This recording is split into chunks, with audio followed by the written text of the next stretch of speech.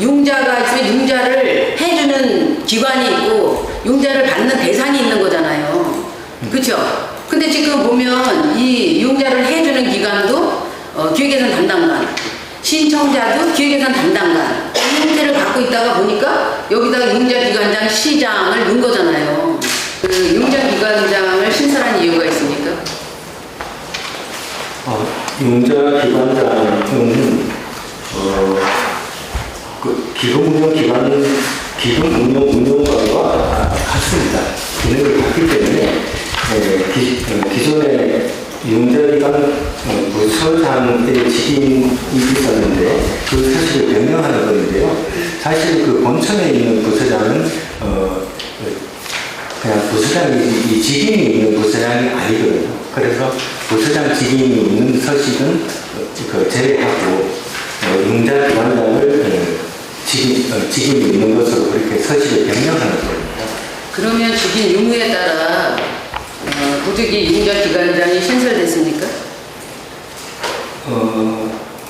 제가 보니까 약정서들 제가 봤거든요. 네. 여기서 모든 사항에 대하여 이천시 통합 재정 안정화 기금 운영과 땡땡땡 이러면서 이하 융자기관라 일자가 빠졌네요. 한다. 다음과 같이 융자약정을 체결한다. 여기서 각각 을이 어떻게 되는 거예요? 그럼 갑이면 이천시 통합 재정 안정화 기금 운영관이 될 수 있겠죠? 예. 그럼 을은 어디예요? 을은 그 융자기관이라고 말씀하시는 거예요?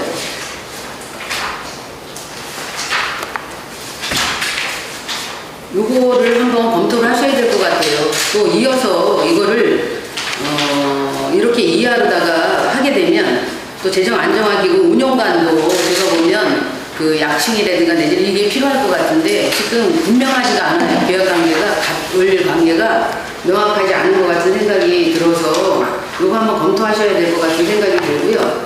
그 다음에 그 이천시 통합재정 안정화 기금 운영관은 실질적으로 기획예산 담당관입니까?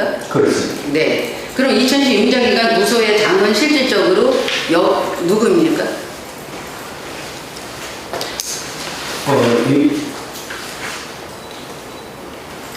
이것도 기존 이해하시기는 그 부서에 지금 아까 말씀하신 것처럼 직인이 있는 기획예산 담당관으로 보고 계십니까? 예를 들어서 그 통합재정 안정화 기금 안정화 개정은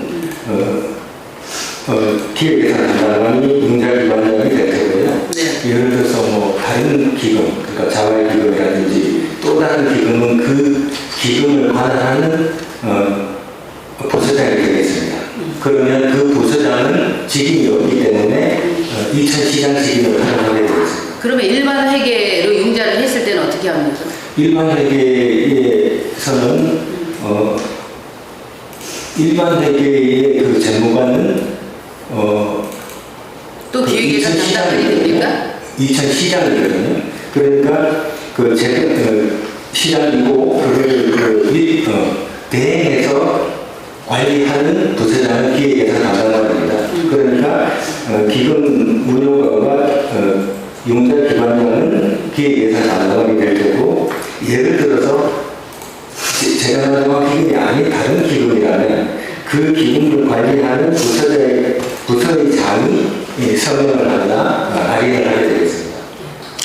예를 들면 뭐 특별회계나 이런 거는 이해가 돼요. 다른 기금이나 이런 거는. 네. 하지만 일반 회계에는 지금 신청자가 누군 거예요? 신청자가. 이거를 융자를 신청하는 사람이 예를 들면 지금 그 운용관이 그 융자를 책임지고 있는 거잖아요. 그렇죠? 네. 그런데 이 융자를 신청하는 사람은 누구예요? 신청하는 사람. 똑같이 기획예산 담당관이 신청을 하는 걸로 지금 서류상은 되어 있는 거잖아요. 그래서 지금 보니까 융자기관장을 넣은 것 같은데 이것도 좀 검토하셔야 될 것 같아요. 기본적으로 융자기관장 하면 이제 시장이 되겠죠. 그렇죠? 예. 그러면 시장은 이 융자 약정서에 대해서 보고 결제 대상인 거지. 제가 보면 이거는 내부적인 지금 이천시 그 회계 내에서 이루어지는 융자잖아요. 그렇죠? 그런 이런 융자를 이렇게 하는 거에 대한 보고 결제 대상인 거지. 여기에서 제가 보면 이렇게 이렇게 그 기획예산 담당관이 양쪽을 다 하면서 신청자가 불분명해지는 상황이 벌어지다 보니까 이렇게 지금 융자기관장을 넣는 건 아니라고 저는 생각이 되거든요. 그래서 실질적으로 여기 융자기관 부서의 장은 일반 회계라고 하면 일반 회계 전출된 그 국이나 관나 이분들이 신청자가 돼서 직인이 없다 하더라도 지금 직인을 또 없애신 거잖아요. 없는 데는 직인을 없애신 거잖아요, 지금. 그쵸? 보면 인천시 융자기관 부서의 장에 직인이 없다 해서 직인을 지금 그 개정안에는 없애신 거잖아요. 그쵸? 네. 직인 없다 하더라도 이렇게 기존대로 가더라도 이거는 그 융자를 하는 국이나 관나 일반 회계에서는 이분들이 되어야 되지 않을까 이렇게 생각이 되거든요. 어떻게 생각하십니까? 여러 가지 그 기금이 있는데, 예를 들어서 지금 현재 그 재무관을 별도로 설치하고 있는 보건소라든지 기술센터의 경우에는 직인을 갖고 있거든요. 네. 거기에서 만약에 그 융자를 하게 된다고 한다면 그 융자기관장은 예를 들어서 보건소장 또는 기술센터 소장이 되겠죠. 그 직인이 있고. 네. 그런데 의원님께서 말씀하시는 재정 안정화 기금의 안정화 비용과 통합 기금은 기획예산 담당관이 현재 담당을 하고 있습니다. 이해가 되고요. 예.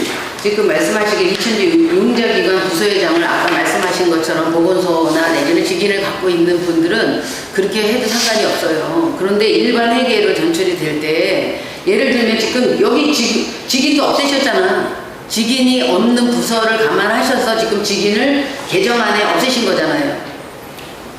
그거 보시면 있잖아요. 11쪽에. 직인을 없애신 거잖아요. 그렇죠?